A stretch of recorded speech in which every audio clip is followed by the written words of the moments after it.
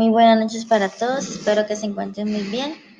En la unidad de Psicología Social eh, les voy a presentar a nuestro grupo, que es el número 6, y este está conformado por Lady Diana Cobos Mantilla, Jessica Paola Daza Pedroso, Sirley Dayana Romero Cuadros y quien les habla, Lucía Gabriela Zavala Maldonado.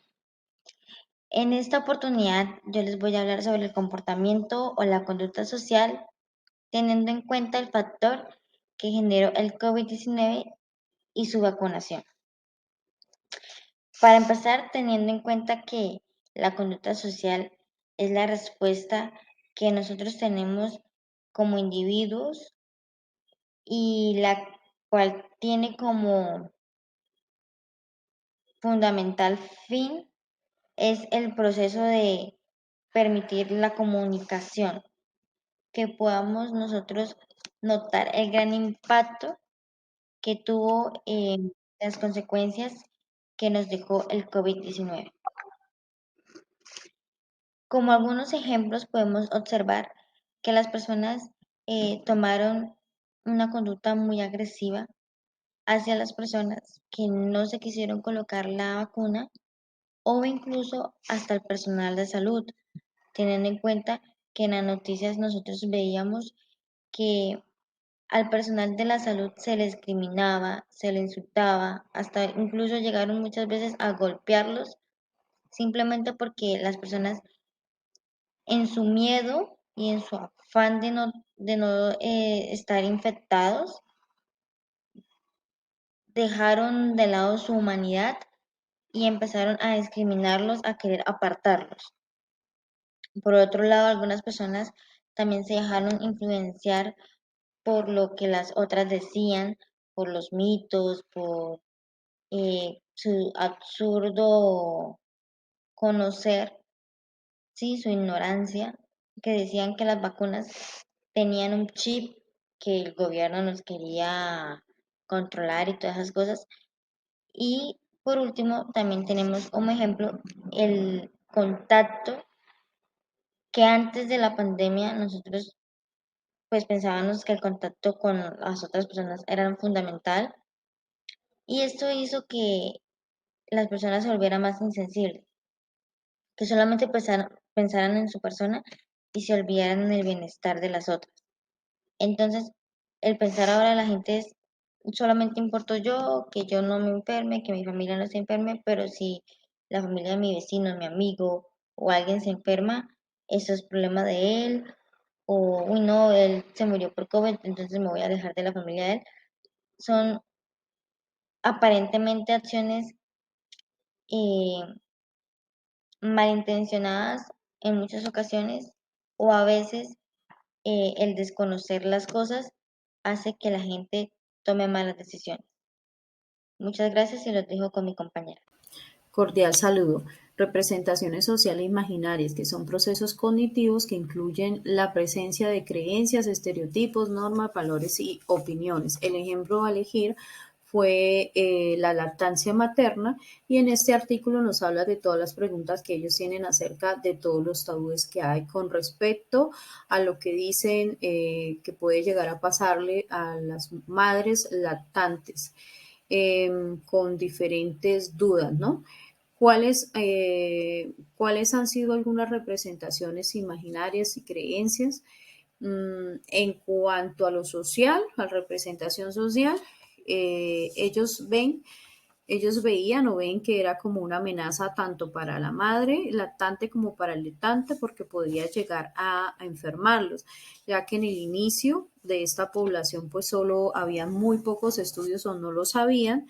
Y en cuanto a la vacunación, en cuanto a las creencias, en ese entonces muchos llegaron a decir que esto era para colocarles un chip y para poder manipular la población o incluso para querer controlarlos. En cuanto a imágenes, también empezaron a refutar sobre la aplicación del mismo, ya que unos dijeron que se les colocaba en el brazo, solamente se les puyaba, se les pinchaba, pero no se les suministraba el biólogo.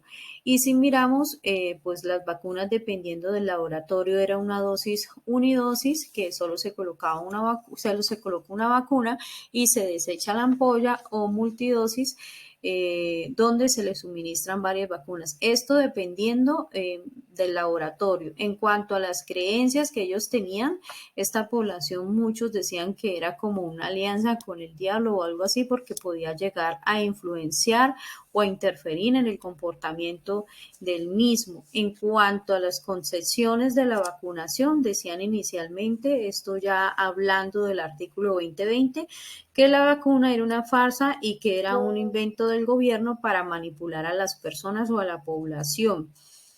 Ya después de realizar tantos estudios, se logró crear como una concientización en la población, de manera que ya se pudo a nivel nacional o internacional llegar a ir retirando poco a poco las máscaras de protección. También se fue eliminando un poco el confinamiento y se empezó a reducir todo este tipo de restricciones, creando pues en la población una mejor calidad de vida.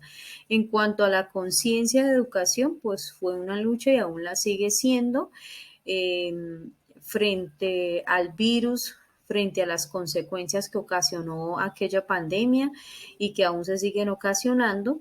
Y hoy incluso se continúa interviniendo para generar como esa conciencia, para que las diferentes personas puedan como concretar ese esquema de vacunación, y las que no lo han hecho por lo anterior, pues que lo hagan. Muchas gracias.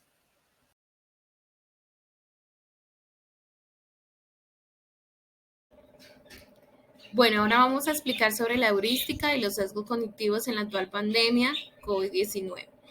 Recordemos que la heurística es un proceso de atajo mental mediante el cual el cerebro realiza juicios y toma decisiones rápidas ante diferentes situaciones para su supervivencia. Los tipos de heurística son de la representación, heurística de la disponibilidad y heurística de anclaje y ajuste. En la heurística de representación, recordemos que esta señala que las personas suelen evaluar probabilidades por el grado en el cual un evento A es representativo de un evento B. De este modo, cuando A es altamente representativo de B, la probabilidad de que A se origina de B es juzgada como alta. Por otro lado, si A no es similar a B, la probabilidad de que A se origina de B es juzgada como baja. Vamos a dar un breve ejemplo. Un posible caso, entonces el sesgo cognitivo en este caso sería la inestabilidad del tamaño de la muestra. Es característica, se evalúa la probabilidad sin tomar en cuenta el tamaño de la muestra. Entonces puede haber personas que evalúen el riesgo de contraer el virus comparando países con poblaciones muy distintas. Por ejemplo, decir que en X país las medidas están fallando por el número de muertos en comparación con el número de muertos en Y país, cuando la población del país X es mayor. Este sesgo parece estar presente en las personas que consideran como muestra el número de conocidos directos que tienen la enfermedad, sin considerar la muestra mayor que corresponde a la totalidad de la población. Miremos ahora de la heurística de la disponibilidad un ejemplo. Recordemos que esta heurística es llamada así porque apela a los recuerdos sobre eventos y frecuencias sobre algunas clases de referencia que haya en la memoria de las personas. La disponibilidad es una señal muy útil para asignar frecuencia o probabilidad. Por ejemplos de grandes clases son usualmente recordados mejor y más rápidamente que ejemplos de clases menos frecuentes. Entonces, el sesgo cognitivo en este caso sería los sesgos debido a la facilidad de recordar. Entonces, la característica, entonces, si es más fácil de recordar una instancia, entonces se piensa que la clase de la cual es parte es más grande. Y a la viceversa, si la instancia es más difícil de recordar, se piensa que la clase a la cual se pertenece es más pequeña. Entonces, en el caso, una persona puede llegar a la conclusión de que el virus de la COVID-19 no es tan contagioso o que no existe porque no ha visto a nadie cercano o a su círculo social, llámese familiares, amigos, vecinos, compañeros de trabajo, enfermarse de este virus, ni conoce a nadie conocido que tenga algún familiar o ser querido enfermo del coronavirus. En el caso de la heurística de ajuste y anclaje, en muchas situaciones las personas hacen estimaciones a partir de un valor inicial que es ajustado para poder producir la respuesta final. Del valor inicial o punto de partida podría ser sugerido por la formulación del problema o por el resultado de un cómputo parcial. Entonces, en este caso, el sesgo cognitivo, entonces, ajuste insuficiente. Característica, esto ocurre porque el punto inicial de partida carga el ajuste hacia el valor inicial. Ejemplo, puede que en las zonas donde no haya habido casos de la COVID-19, en las fases 1 y 2, el ajuste de la probabilidad de contagiarse en plena fase 3 sea menor, porque su punto de partida de evaluación es excesivamente bajo. Puede reconocer que hay un mayor incremento del riesgo de contraer el virus, pero puede que los ajustes de probabilidad sean excesivamente bajos.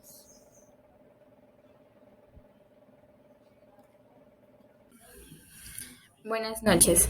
En el ejemplo que anteriormente nombraron mi compañera sobre la vacunación del COVID-19 en madres lactantes, voy a basarme en la influencia social, el efecto Pygmalion y la persuasión. Cuando hablamos de influencia social, hablamos de que es la forma en que los individuos ajustan su comportamiento para satisfacer las demandas de su entorno social. Esto lo podemos ver en muchas formas, desde la conformidad, la socialización, de los compañeros del trabajo, la obediencia, el liderazgo, entre otras que podemos encontrar. Entonces, en el ejemplo que tenemos, claramente podemos revisar el tema de la vacunación del COVID-19 en madres lactantes y cómo los medios de comunicación influyeron mucho, ya que al no tener pruebas realizadas en madres lactantes, se generaban dudas de si se podría o no, podría ser un riesgo tanto para el bebé como para la madre. Y pues ahí se fueron generando varios puntos de vista por medio de las redes y como madres, claramente todos tenemos alcance en las redes sociales y como madres se atemorizaban al ver pues que al ver comentarios, eran como comentarios divididos, como que sí y no, donde opinaban que personas que quizás no tenían conocimiento. El tema de las redes sociales y cómo la influencia social es muy importante porque los medios de comunicación prácticamente abarcan todo. Es decir, se pueden generar muchísimos comentarios y nunca se sabe qué es cierto o qué no. Por eso habían comentarios donde se decía que eso podría afectar la producción de leche, podría ocasionarle los efectos secundarios al bebé, como la respira, podría generarle problemas de respiración, podría ponerlo malito, con fiebre. Entonces, como madre lactante, al ver estos comentarios, al decir que podría afectar a tu bebé, claramente eso hacía que las madres no se vacunaran. Yo esto lo llamaría la desinformación, ¿sí? Claramente, como no habían pruebas realizadas en madres lactantes, era muy difícil poder contrarrestar estos comentarios, pero luego pudieron empezar a aplicar estas vacunas en madres lactantes y poder ver que no les generaba ningún efecto secundario ni al bebé ni a la madre, ni que mucho menos acababa con la producción de leche. Entonces ahí es donde viene algo muy importante que es el efecto Pygmalion y la persuasión, porque basado en este ejemplo, el efecto Pygmalion es ese poder que tiene la persona para que pasarle sus creencias a la otra persona, es decir, convencerlo de lo que él piensa y el por qué. En este caso, el por qué no debería vacunarse siendo madre lactante o por qué sí debería hacerlo. Entonces, eso es lo interesante del efecto Pygmalion, porque te está diciendo a ti, tratando de convencer el objetivo que tiene esa persona, pasándotelo a ti, tratando de convencerte que lo hagas o que no lo hagas. Ya ahí depende tú cómo lo tomes, pero en lo general este efecto y en la persuasión lo que en sí se basa es poder convencer y pasarle a la otra persona lo que yo estoy pensando para que esa persona o lo haga o no haga lo que está pensando. Entonces es muy interesante el efecto Pygmalion y la persuasión, tanto en este tema que tuvo muchísima controversia en el año 2020 y que quizás aún no sigue siendo, pero pues ya ha bajado un poco debido pues a los análisis y las pruebas que se han podido hacer. Muchas gracias.